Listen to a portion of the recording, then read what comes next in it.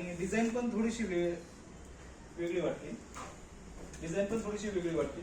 शिवाय हे पण जे प्रॉडक्ट आहे ना सर, हा इंटेरियर आणि एक्सटेरियर ह्या दोघांसाठी चालणारा प्रॉडक्ट आहे. हा वॉटरप्रूफ आहे, म्हणजे याला पाण्याने सुद्धा काहीच होणार नाहीये. आणि पाहिजे असेल तुम्हाला तर थोड्या दिवसानंतर पुन्हा तुम्ही याचा कलर सुद्धा चेंज करू शकता. कलर सुद्धा हो, हे इंटेरियर आणि आता समजा ह्याच्यावरती पाण्याने आता थोडस धूळ वगैरे लागली आणि पाण्याने पुसलं वगैरे तर काय होणार आहे? पाण्याने नळी लावून धुवून काढा सर, तरी त्याला काही होणार नाही.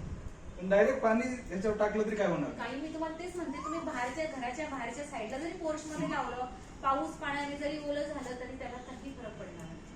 म्हणजे समजा एखाद्या घराच्या भिंतीला डायरेक्ट अशा प्रकारचं लावलं तर त्याचा एकदम चेहरा मोहराच बदलून जाईल. हो, अँटिक वॉल जर क्रिएट करायची असेल, दगडाची वॉल क्रिएट करायची असेल तर त्याच्यासाठी बरेच आपल्याकडे अवेलेबल आहे.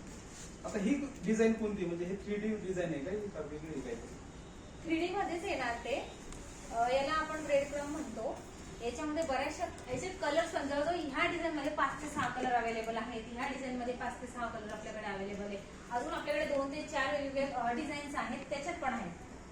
म्हणजे समजा आता एखाद्या घरात नवीन घर बांधले आणि त्या घराला पेंट आणि पुट्टी ऐवजी डायरेक्ट हे जर लावलं तरी चालू शकतो. हो, आणि त्या प्लास्टरवर तुम्ही डायरेक्टली हे पेस्ट करू शकता. म्हणजे घराचं कन्स्ट्रक्शन चालू आहे, भिंतीला तुम्हाला वेगळा लुक द्यायचा आहे तर त्यावेळेस तुम्ही प्लास्टरवर हे पेस्ट करून लावू शकता. आता आजकाल बऱ्याचशा ठिकाणी म्हणजे मॉल्स मध्ये, रेस्टॉरंट्स मध्ये सुद्धा याचा वापर खूप जास्त प्रमाणात केला जातो. आणि ह्याच्यामध्ये आता 2 शीट मधलं जे जॉईंट